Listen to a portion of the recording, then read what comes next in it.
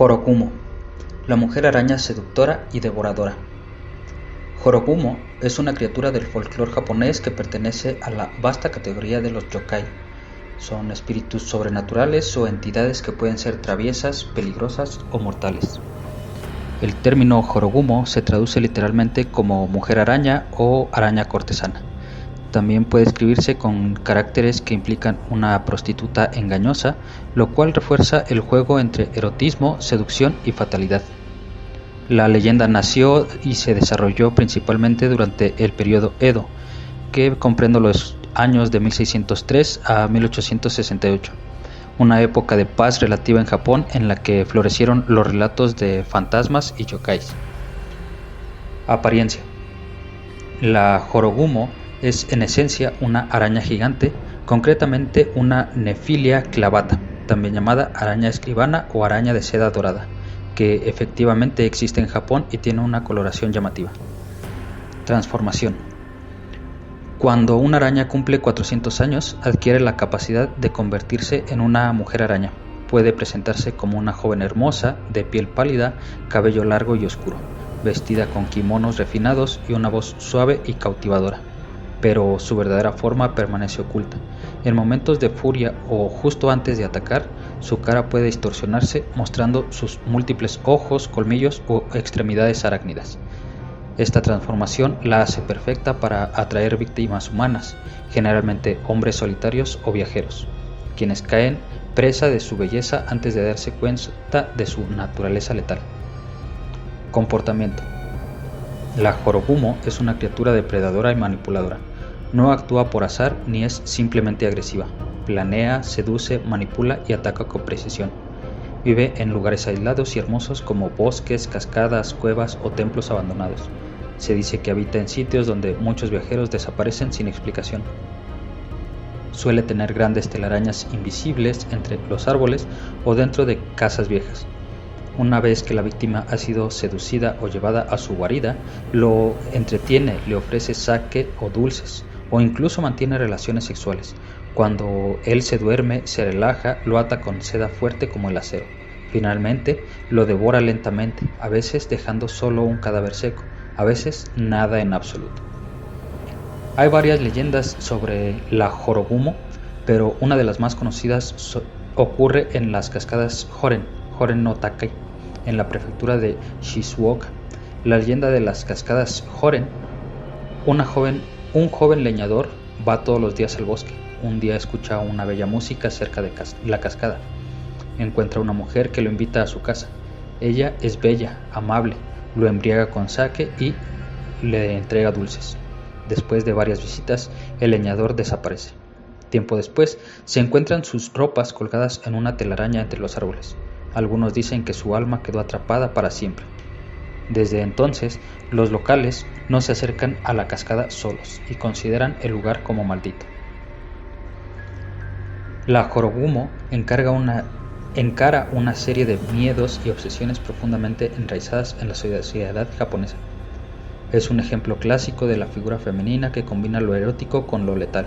Representa el temor a la sexualidad femenina y controlable, especialmente en tiempos donde el control sobre la mujer era un pilar social. La dualidad de la belleza. Su capacidad de cambiar de forma simboliza cómo la belleza puede ocultar la destrucción. La mujer perfecta, deseable, es en realidad un ser monstruoso e inhumano. Muchos hombres en estas leyendas caen sin resistirse, hipnotizados por su deseo. Esto puede leerse como una crítica a la lujuria o una advertencia contra el pecado. Además de su fuerza física y su capacidad para generar hilos de seda extremadamente resistentes, la Jorogumo posee otros dones: hipnosis o manipulación mental. Puede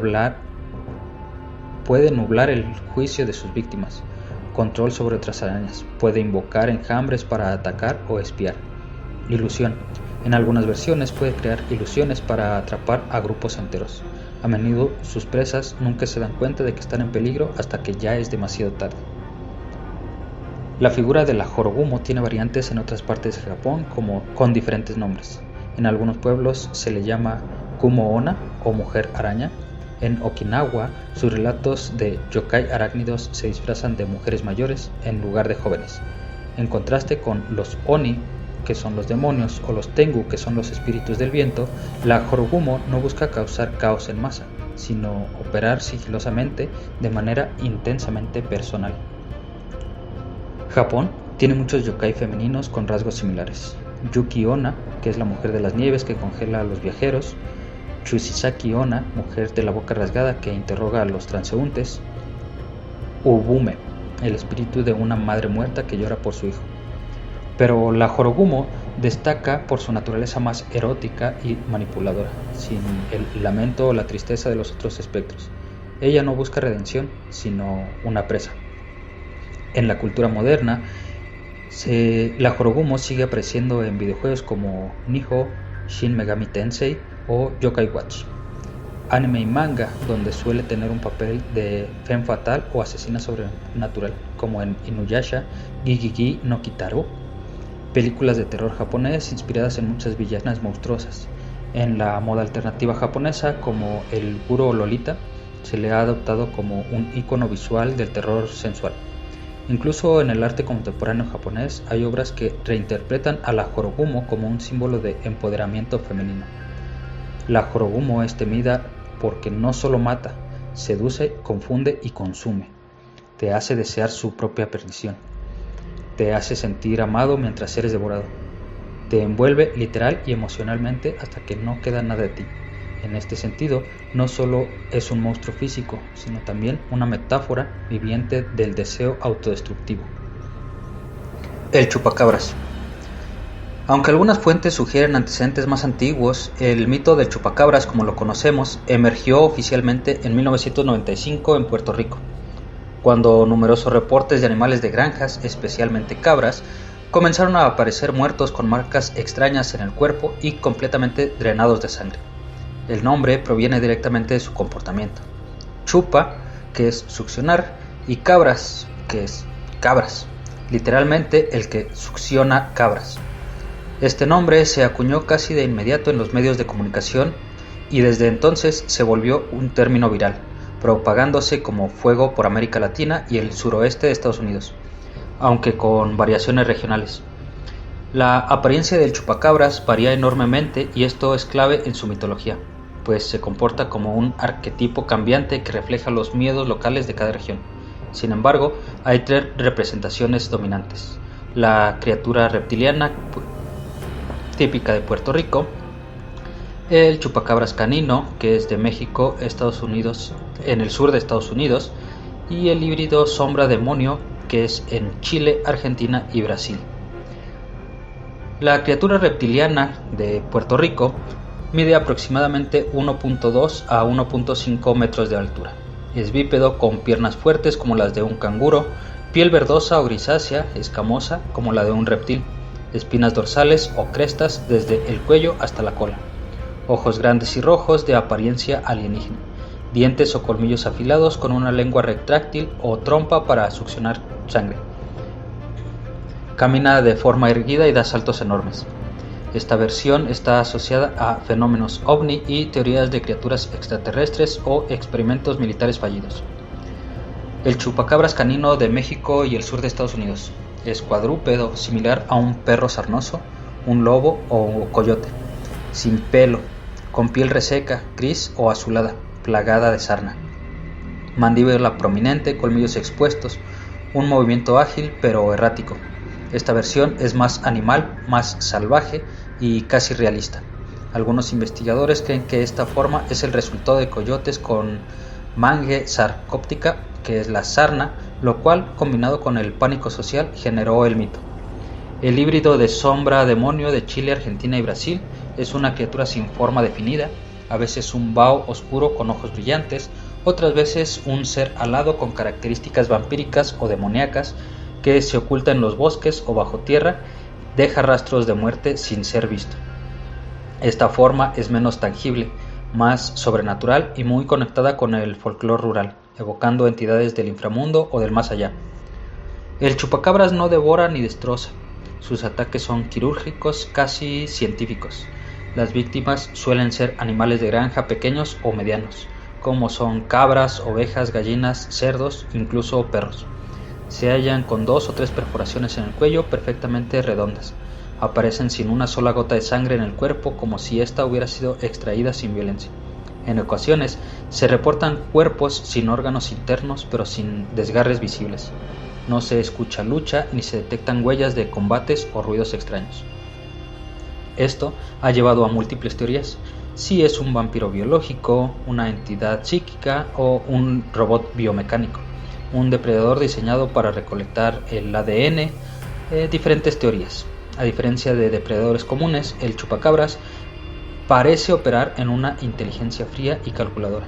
Ataca sin ser visto, sin dejar rastro ni error. Sabe elegir víctimas y evitar cámaras. Se mueve como si tuviera propósito, más allá del simple hambre. Algunos creen que estudia sus presas antes de atacar. En narrativas más modernas se le considera un agente de laboratorio, un experimento, un híbrido genético liberado o incluso una herramienta de observación extraterrestre. Millones de personas de América Latina afirman haber escuchado chillidos agudos y aterradores por la noche, visto luces extrañas en el cielo antes o después de un ataque, encontrado animales muertos sin explicación en patrones repetidos, hallando huellas no reconocidas en el barro o en campos abiertos. Algunos incluso aseguran haber visto al chupacabras cara a cara, describiéndolo como una mezcla de demonio y extraterrestre, pero todos coinciden en una sensación: un terror instintivo, visceral, como si el mundo natural fuera violado. En zonas rurales de América Latina, el chupacabras ha sido vinculado con el mal de ojo, brujería o hechizos, con los ciclos lunares, especialmente con la luna llena o los eclipses, presagios de muerte o enfermedad, y algunos campesinos colocan amuletos, cruces o fuego para espantarlo. Ha llegado al punto de crear tensiones comunitarias, acusando vecinos de proteger o invocar al chupacabras para dañar a otros. Aunque nació en Puerto Rico, el mito se ha esparcido por México, Estados Unidos, Chile, Perú y Argentina, República Dominicana, Colombia y Brasil. El fenómeno se adapta a cada región, mezclándose con mitos locales como el hombre lobo, el nahual, el pombero o caiporá. Hay 4 grandes teorías que intentan explicar racionalmente este fenómeno: coyotes enfermos de sarna, errores de interpretación veterinaria, experimentos secretos o biotecnología, fenómeno psicosocial. Como coyotes enfermos, su comportamiento extraño, aspecto monstruoso y hambre extrema podrían justificar algunos ataques. Sin embargo, no explica la extracción total de sangre.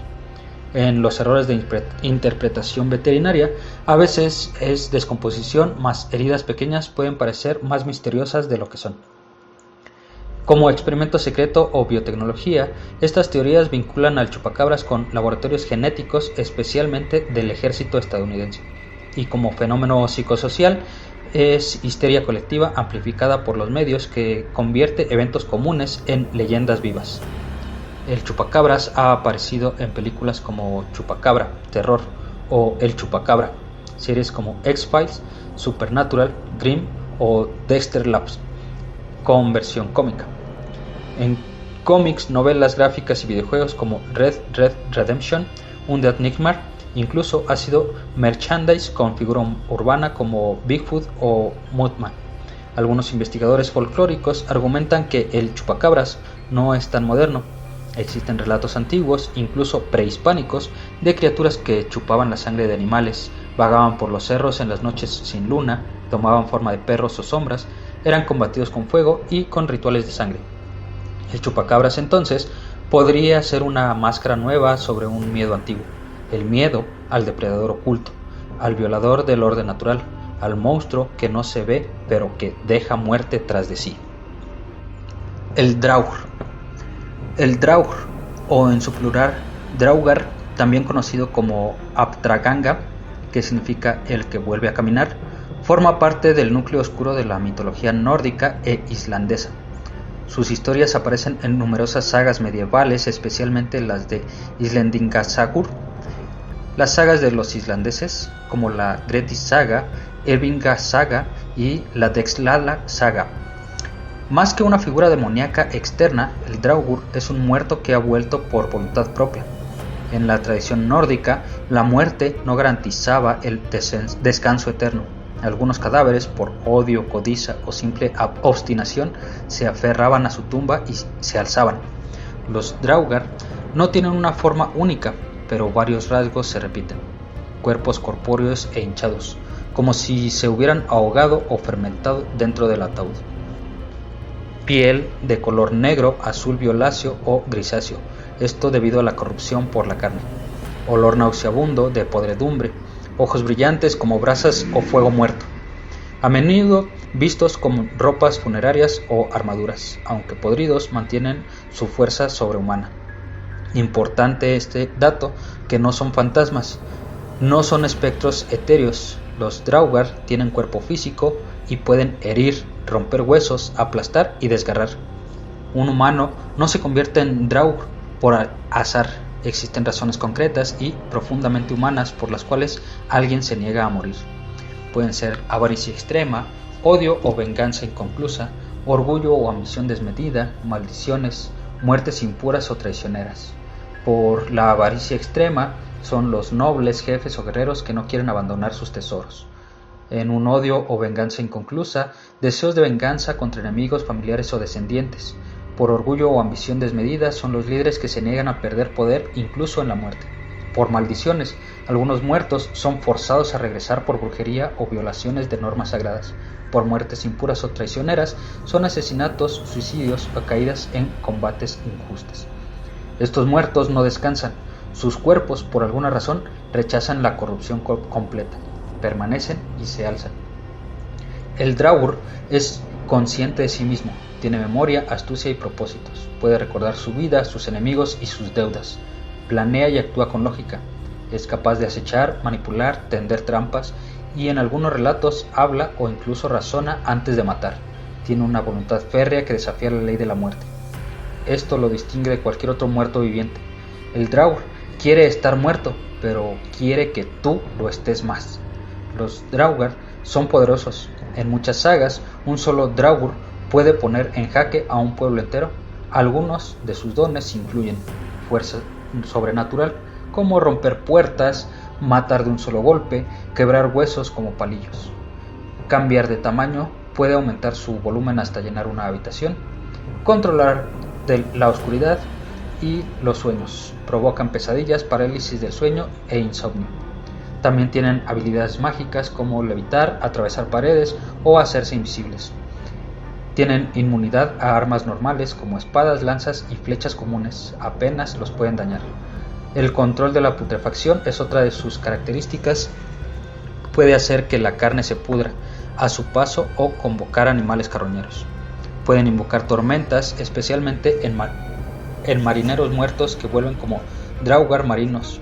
Los pueblos nórdicos desarrollaron rituales precisos para evitar que alguien se convierta en Draugr, como sellar las tumbas con piedras pesadas, colocar agujas, hierro o clavos en la boca o bajo la lengua del muerto, romper las piernas o cortar la cabeza del cadáver, enterrar al difunto de lado con las manos atadas, realizar un ritual llamado protección contra el no muerto o Draugskok. Se sabía que algunos individuos eran proclives a alzarse, por lo que los enterraban fuera de túmulos comunitarios, en lugares baldíos o aislados. Matar a un Draugr no es una tarea fácil. En las sagas se necesita un héroe valiente, como Grettir de Axmundar, el más célebre matador de Draugr, una espada consagrada o mejor aún una espada mágica heredada, decapitar al Draugr, quemar su cuerpo y arrojar las cenizas al mar. En algunos casos se necesita un ritual de purificación o invocar una volva, una vidente, para sellar su tumba.